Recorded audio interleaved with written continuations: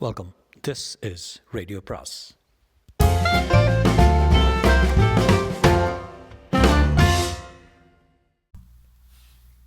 அனைவருக்கும் அன்பு வணக்கம். ஜாவர் சீதாராமனின் உடல் பொருள் ஆனந்தி, அத்தியாயம் 24. ஆனால் அவள் என்னை அறிந்து கொண்டவள் போல நடந்து கொள்ளவே இல்லை.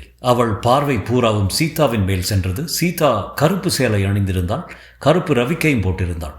சிவந்த உடலின் அழகை கருப்பு சேலை ரவிக்கை அழகுபடுத்துவது போல எதுவும் அழகுபடுத்துவதில்லை. ஆனந்தியின் கண்களில் குரூரம் அவளுக்கு சீதாவின் மேல் ஏற்பட்ட வெறுப்பை தெளிவாக காட்டியது. சீதா அழகாக இருப்பது அவளுடைய மன்னிக்க முடியாத குற்றம் என்று நினைப்பவள் போல் ஆனந்தி சீதாவை பார்த்தாள். அதே சமயத்தில் என் மனம் ஆனந்தியை துச்சமாக நினைப்பதை உணர்ந்தேன். சீதாவையும் ஆனந்தியையும் ஒன்றாக பார்த்தது ஒரு விதத்தில் நல்லது என்றே நினைத்தேன். இருவரையும் ஒரே இடத்தில் ஒப்பிட்டு பார்க்கும் வாய்ப்பு கிடைத்தது அல்லவா? ஆனந்தியின் முன்பு சீதாவை பார்த்தபோதும் என் மனம் சீதாவை நோக்கியே ஓடியது. ஆனந்தியின் அமானுஷ்யமான கண்களின் சக்தி என்னை சிறிது கலக்கியதே அல்லாமல் என்னை ஆட்கொள்ளவில்லை. எனக்கு சீதாவின் மீதுள்ள அன்பை, ஆசையை எந்த சக்தியும் அசைக்க முடியாது என்பதை நான் நன்றாக உணர்ந்தேன். நான் ஒரு கோழை அல்ல என்று கம்பீரமான பார்வையில் ஆனந்தியின் கண்களை பயமில்லாமல் சந்தித்தேன். ஆனந்தி புன்முறுவலோடு என்னை பார்த்தாள். நீ என்னுடையவன், உன்னை நான் விடப்போவதில்லை என்று தன்னுடைய உரிமையை உணர்த்தும் வெற்றி புன்னகையாக இருந்தது அது. என்னத்தான் திகைச்சு நிற்கிறீங்க? காரில் இருங்க, வீட்டுக்கு போகலாம் என்று சீதாவின் பேச்சு என்னை சுய உணர்வுக்கு கொண்டு வந்தது. காரில் ஏறி உட்கார்ந்தேன். என் தாயும் என்னை பின்தொடர்ந்து வந்து உட்கார்ந்தாள். கார் நகர்ந்தது. பின்புறம் திரும்பி பார்த்தேன். ஆனந்தி கடையில் நின்றபடி என்னை பார்த்து அமைதியாக சிரித்து கொண்டிருந்தாள். காரிலே பின் சீட்டுக்கும் பின்புற கண்ணாடிக்கும் இடைவெளியில் அப்போது மலர்ந்த மல்லிகை பூச்சரம் கிடைத்தது. அந்த மல்லிகை பூச்சரத்தை அங்கு சீதா வைத்திருக்க முடியாது. ஏனென்றால் அவள் தலை நிறைய கதம்பம் இருந்தது. என் தாயோ பூவையும் மஞ்சளையும் இழந்தவள். ஒருவேளை ஆனந்தி அந்த மல்லிகை பூச்சரத்தை நாங்கள் கோவிலில் இருந்தபோது எரிந்திருப்பாளோ? உடனே என் நினைவுக்கு குணசீலம் கோவிலில் அந்த பைத்தியக்காரன் சொன்னது ஞாபகம் வந்தது. மல்லிகை பூவனா உன்னை என்றுமே விடாது என்று சொன்ன அவன் வார்த்தைகள் ஒலித்தன என் காதுகளில். அந்த மல்லிகை பூச்சரத்தை வெறுப்போடும் பீதியோடும் பார்த்தேன். அதே வினாடியில் சீதா, எப்போத்தான் மல்லிகைப்பூ வாங்கினீங்க? எனக்கத்தான் வாங்கினீங்களா என்று சொல்லி அதை கூந்தலில் அணிந்து கொண்டாள். நான் உடனே அதை பிடுங்கி வெளியே எறிந்தேன். சீதா என்னை ஆச்சரியத்தோடும் ஏமாற்றத்தோடும் பார்த்தேன். மல்லிகைப்பூ வேணாம் சீதா, அது எனக்கு கொஞ்சமும் பிடிக்கிறதில்ல என்று சொல்லி மழுப்பினேன். பூவைத்தான் வீசி எறிந்தேன். அதன் மனம் விலகவே இல்லை. கந்தசாமி கோவிலிருந்து திரும்புகையில் காரினுள் சூழ்ந்திருந்த மல்லிகைப்பூ மனம் என்னையும் மறுபடி கவலைக்குள்ளாக்கியது. சீதாவின் பரிசுத்தமான அன்பு, சீதாவின் மீது எனக்கு இருந்த ஆசை என் மனத்தை குழப்பமற்ற நேர்பாதையில் கொண்டு செல்லும் என்ற நம்பிக்கை எனக்கு இருந்தது. அதே நம்பிக்கையில் நான் வீடு வந்து சேர்ந்தேன். வீடு வரும் வரையில் நான் யாருடனும் ஒன்றும் பேசவில்லை. நான் ஏறி வந்த car central station, mount road, ரவுண்டானா வழியாக சென்றது. அப்போது மாலை நேரமாதலால் போக்குவரத்து நெருக்கடி காரணமாக சில இடங்களில் கார் நின்று நகர்ந்தது. ஆயிரக்கணக்கான மக்கள் திரளாக திருவிழாவுக்கு செல்வது போல நடமாடிக்கொண்டிருந்தனர். மவுண்ட் ரோட்டில் மாலை வேளையில் தினமும் திருவிழா தானே. அவ்வளோ 1000 மக்கள் நடுவிலும் நான் ஒரு தனியனாக இருந்தேன். அந்த மக்கள் கூட்டத்தில் ஒவ்வொருவரும் ஒருவித பயத்தால் உந்தப்பட்டு தான் சென்று கொண்டிருப்பார்கள். மறுநாள் காலை பலசரக்கு கடைக்காரன் பணம் கேட்க வரும்போது எப்படி சமாளிப்பது என்று பயந்து செல்லும் குமாஸ்தா, நாளைக்கு வட்டி தவணை வந்து விட்டதே, அதை காட்ட வேண்டும் என்று பயந்தபடி காரில் உட்கார்ந்திருக்கும் கவலையில் ஊர்ந்து செல்லும் வியாபாரி, இப்படி பலவித கவலைகளோடு நகர்ந்து செல்லும் மக்கள். ஆனால் எல்லோருடைய முகத்திலும் ஒரு புன்னகை, ரெடிமேட் புன்னகை. உள்ளத்தில் உறையும் பயத்தையும் கவலையும் மறைக்க உள்ளொன்று வைத்து புறமொன்று காட்டுவது தானே நாகரிகம். அதனால் தான் எல்லோரும் சிரிக்கின்றனர். தினசரி பேப்பரை திறந்தால் பக்கத்துக்கு பக்கம் என்ன காண்கிறோம்? விளம்பர முன்னணியில் இருக்கும் பிரமுகர்களின் புன்முறுவல் நிறைந்த படங்கள், சிரிக்கும் சினிமா நட்சத்திரம்,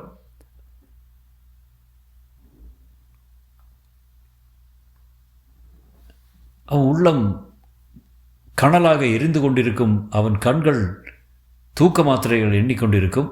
ஆனால் அவள் முகத்திலோ புன்சிரிப்பு தவழும்.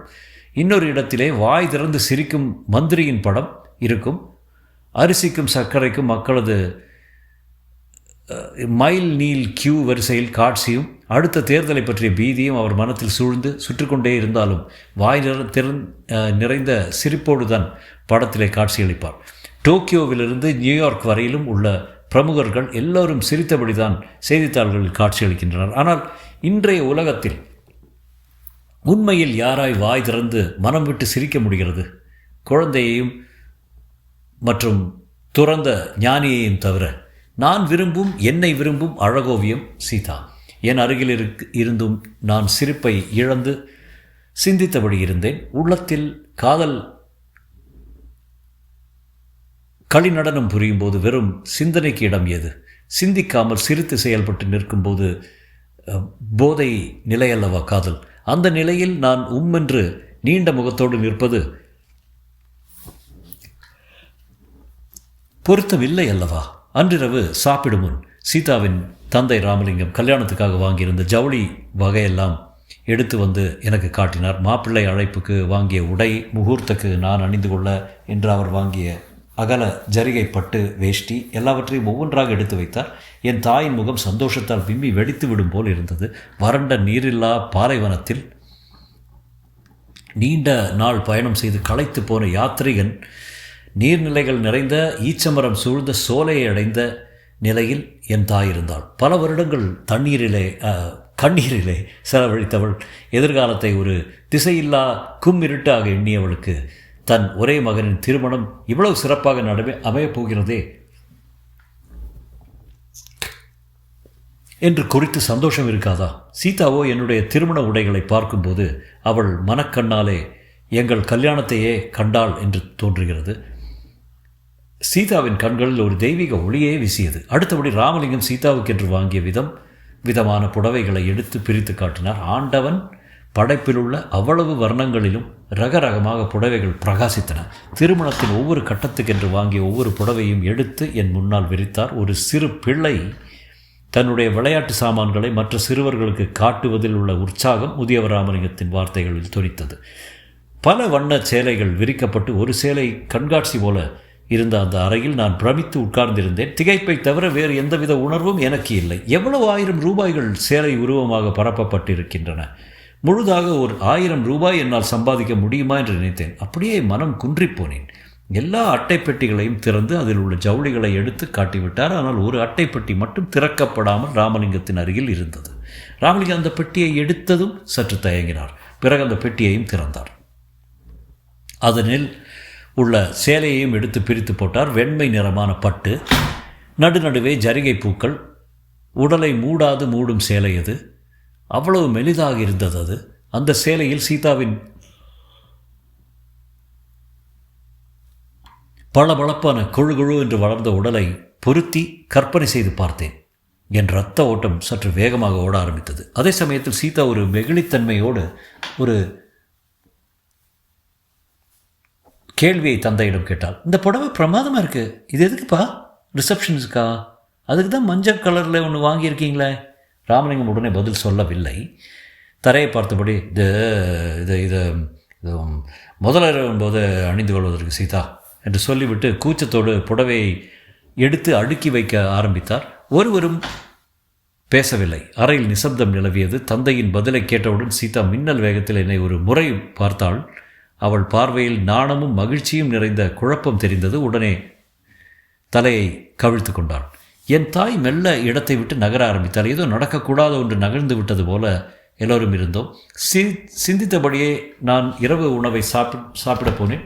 சாப்பிடும்போது கூட கல்யாண விஷயமாகவே ராமலிங்கம் என் தாயோடு பேசியபடியே இருந்தார். யாரை சங்கீத கச்சேரிகளுக்கு அமர்த்துவது, எப்படி விருந்தை சிறப்பாக நடத்துவது போன்ற மகிழ்ச்சி தரும் பேச்சிலே தன்னை மறந்திருந்தார் ராமலிங்கம். ஆனால் எனக்கு மட்டும் கல்யாணம் என்ற என் எதிர்காலத்தை நோக்கும்போது ஒரு பயம் ஏற்பட்டு கொண்டிருந்தது. என்னுள் இருந்த ஒன்று என் மகிழ்ச்சியை கண்டு எள்ளி நகையாடுவது போல தோன்றியது. சாப்பிட்டவுடன் எழுந்து என் அறைக்கு போய் படுத்து கொண்டேன். கண்களை மூடிக்கொண்டு நித்திரையில் ஆழ்ந்தேன். நித்திரை வரவில்லை. அதற்கு பதிலாக நெஞ்சு திக் திக் என்று அடித்து கொண்டது. கந்தசாமி கோயில் வளையல் கடையில் நின்ற ஆனந்தியின் புன்முறுவல், அவளுடைய வெற்றி நிறைந்த பார்வையின் அர்த்தம் என்னவாக இருக்க முடியும்? ஒரு பெண் ஆனந்தி என்னை என்ன செய்யப் போகிறாள்? நான் எங்கோ இருக்கிறேன், ஏன் பயப்பட வேண்டும்? தூரம் அவளை தடுக்குமா? அறையின் கதவுகளை மூடுவதால் ஆனந்தியை என் மனதிலிருந்து மூடிவிட முடியுமா? முடியாது, முடியவே முடியாது, உன்னால் முடியவே முடியாது என்று குரல்கள் எழுந்து என் காதுகளில் ஒலித்தன. பித்து பிடித்தவன் போல என் காதுகளை விரல்களால் மூடிக்கொண்டேன். பின்பும், நீ என்னை மறக்க முடியாது, உன் உடல் பொருள் ஆவி நான் என்ற ஆனந்தியின் குரல் போன்ற ஒன்று என் மனத்தில் ஒலித்து கொண்டிருந்தது. அந்த குரலோடு திணறியபடி படுக்கையில் புரண்டேன். அப்போது அறைக்கதவு திறந்தது. அறையின் மின்சார விளக்கு திடீரென்று எரிந்தது. இருள் மறைந்தது. சீதா எதிரே பால் டம்ளருடன் நின்றால். சீதாவை நான் பார்த்ததும் என் மனத்தில் ஊளையிட்ட ஆனந்தியின் குரல்கள் மறைந்தன. திடீரென்று எனக்கு நிம்மதி ஏற்பட்டது. ஆனந்தியின் நினைவு என் சிந்தையில் இருந்து நீரிலே உப்பு மறைவது போல மறைந்தது. உண்மையில்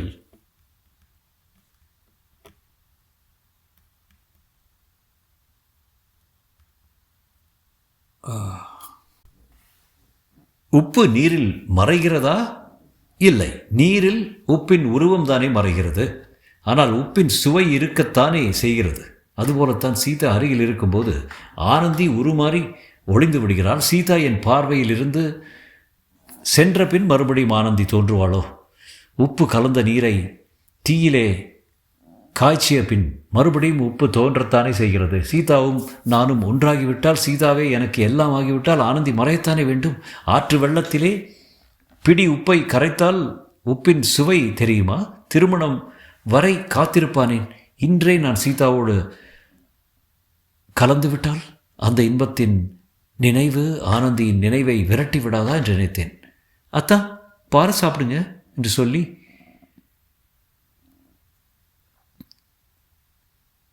கைகளால் நீட்டினாள் சீதா.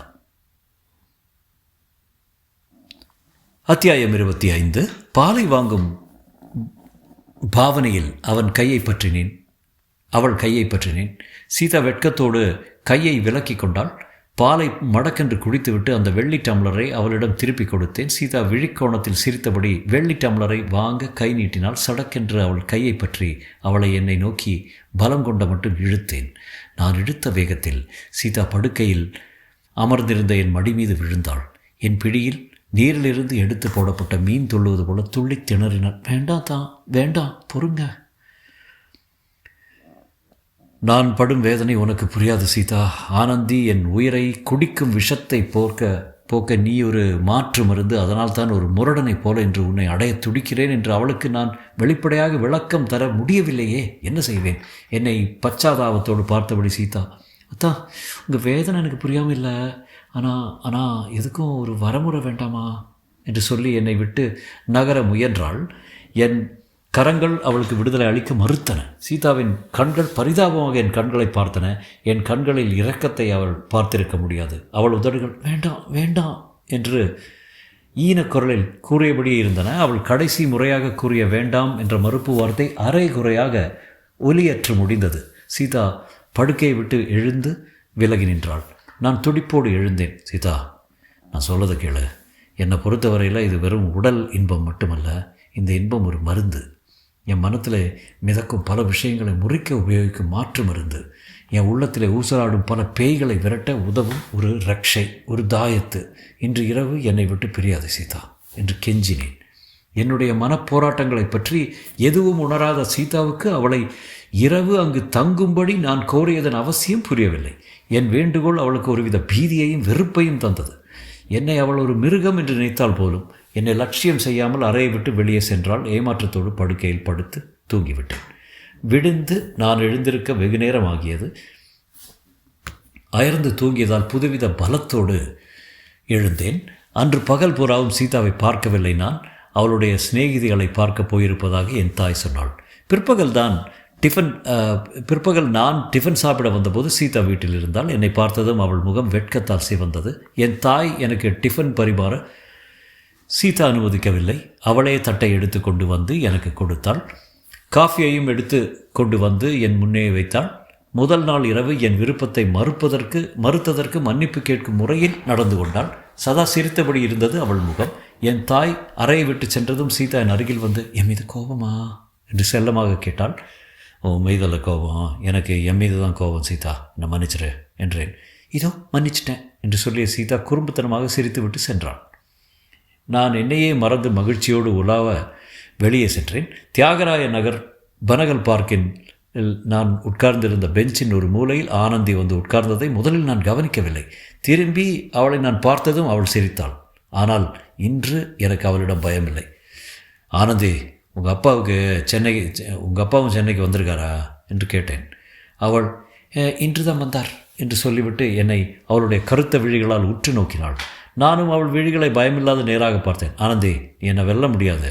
உன்னுடைய கண்களின் காந்த சக்தி இன்று என்னை ஒன்றும் செய்யாது. வேறொருத்தி என்னை முற்றிலும் கவர்ந்து விட்டாள் என்று பெருமிதத்தோடு சொன்னேன். ஆனந்தி எழுந்தாள். மெல்ல என்னை நோக்கி வந்தாள். என்னை ஒரு வினாடி உற்று பார்த்துவிட்டு என் முகத்தை ஒருமுறை அன்போடு தடவினாள். என் மெய் சிலிர்த்தது. சீதா உங்களை கவர்ந்துட்டா உண்மைதான். ஆனால் அவள் உங்களை முற்றிலும் கவரவில்லை. நீங்கள் இன்னும் பிரம்மச்சாரி தான். நேற்று மட்டும் சீதா உங்களை பூராவும் அடைஞ்சிருந்தா எனக்கு இடம் இல்லாமல் போயிருக்கோம். ஆனால் அவள் பைத்தியக்காரி நல்ல சந்தர்ப்பத்தை நழுவ விட்டுட்டா. மிஸ்டர் திலீபன், என்னை விட்டு நீங்கள் தப்பவே முடியாது என்று சொல்லிவிட்டு சிரித்தபடியே சென்று விட்டாள். எனக்கு ஆச்சரியமாக இருந்தது. நேற்றிரவு தனிமையில் என் அறையில் நிகழ்ந்தது ஆனந்திக்கு எப்படி தெரிந்திருக்க முடியும்? அவள் இறுதியாக கூறிய வார்த்தைகளின் அர்த்தம் என்ன? அப்படியே சிந்தனையில் ஆழ்ந்தபடி அசையாமல் அமர்ந்து விட்டேன். ஆனந்தி பார்க்கை விட்டு சென்ற பின் எவ்வளவு நேரம் நான் அசைவற்ற சிந்தனையில் தோய்ந்திருந்தேன் என்று எனக்கே தெரியாது. அவள் பேச்சில் தோன்றி 2 கருத்துக்கள் எனக்கு நடுக்கத்தை கொடுத்தன. நீங்கள் பிரம்மச்சாரி தான். சீதா மட்டும் உங்களை பூராவும் அடைஞ்சிருந்தா எனக்கு இடம் இல்லாமல் போயிருக்கோம். அவர் நல்ல சந்தர்ப்பத்தை நழுவ விட்டா. திலீபா, இனிமேல் நீ என்னிடமிருந்து தப்பவே முடியாது. என்ன விபரீதமான நிலை என் நிலை! சீதாவிடம் இதை பற்றி எப்படி சொல்வது என்று என்ன ஆனாலும் சரி, இன்று இரவு என் பிரம்மச்சாரியத்தை முடித்து விடுவது என மனத்தில் ஆனந்திக்கு இடம் இல்லாமல் செய்து விடுவது என்று முடிவுக்கு வந்தேன். கல்யாணம் ஆகும் முன் கலவியா? தவறல்லவா? தவறுதான். அந்த தவறே என்னை விழுங்க காத்திருக்கும் ஒரு நோய்க்கு வைத்தியமாகும் போது புரியாத விளங்காத ஆனந்தியிடமிருந்து என்னை காக்கும் மூலிகை அல்லவா? கடவுளே, எனக்கு வந்திருக்கும் சோதனை யாருக்குமே, என் விரோதிக்கு கூட ஏற்படக்கூடாது. பணம் இல்லாமல் வறுமையில் வாடலாம், ஆயுள் தண்டனை விதிக்கப்படலாம்.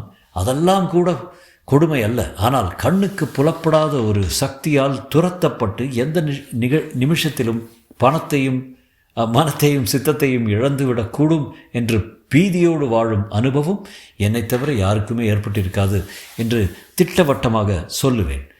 மாலை இருள் மெல்ல சூழ ஆரம்பித்தது. நான் மெல்ல நடந்து வீட்டை அடைந்தேன். வீட்டில் என் தாய் ராமநாதன் உதகமண்டலத்திலிருந்து அனுப்பியிருந்த தந்தியை காட்டினான். ராமநாதன் மறுநாள் காலை நீலகிரி எக்ஸ்பிரஸில் சென்னை வருவதாக குறிப்பிட்டிருந்தான். எனக்கு அதை கேட்க ஆறுதலாக இருந்தது.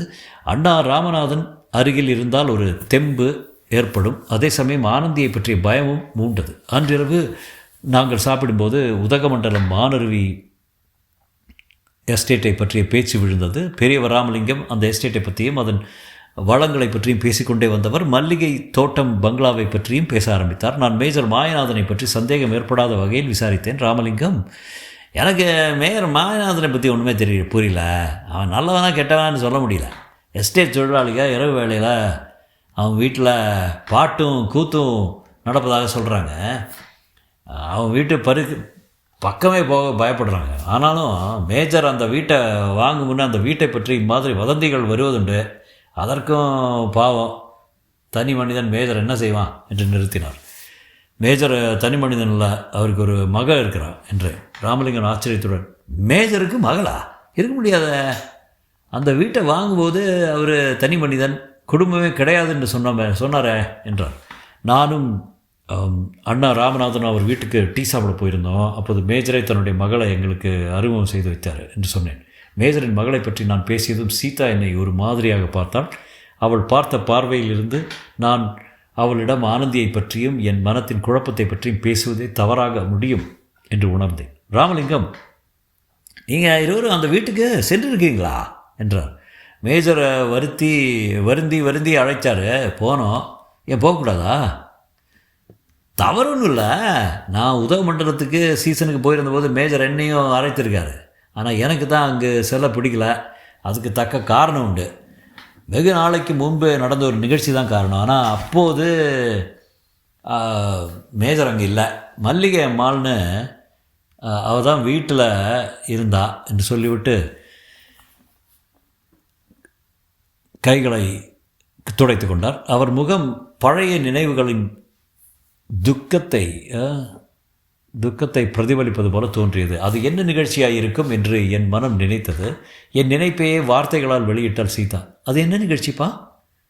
ராமலிங்கம் பதில் சொல்ல முடியாமல் முதலில் தயங்கினார். பிறகு சமாளித்து விட்டு, சீதா, அத்தை சபாபதியோடு வாழ்ந்தபோது நடந்தது. ராமநாதன் அப்போது சிறு குழந்தை. துக்கத்தால் மெலிந்து போயிருந்தால உன் அத்தை உடல் நலம் பெறுவதற்காக நான் உதகமண்டலத்துக்கு அழைச்சி போனேன். உன் அத்தையின் கணவன் திலீபன் தந்தை சபாபதியும் கூட வந்திருந்தார்.